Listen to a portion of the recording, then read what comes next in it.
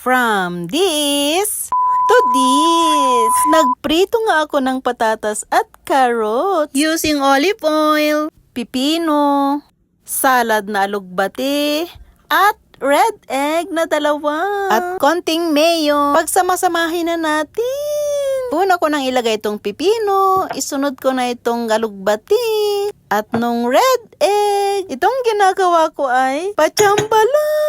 Hindi ko alam kung anong kilalabasan. Basta alam ko lang magmimix ako ng pagkain. Shout out nga pala kay Erica Pineda, na idol ko.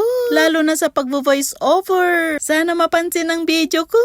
Pumunta pa ako sa kwarto para hindi marinig ang boses ko. Pachamba lang itong ginawa ko, ano? Yes, the moment of truth. Tikman na natin. Yes, ninanamnam ko ang bawat subo.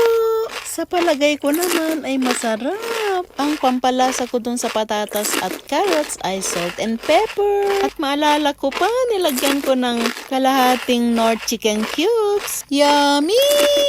Iniwan ko yung anak kong kumain. Tingnan nyo naman, oh. Ayaw magpa-video, guys. Interviewin na. Ano? Ano masasabi mo? As you can see, naubos. Ako nga pala si Mami Chit. Yun lang, bye!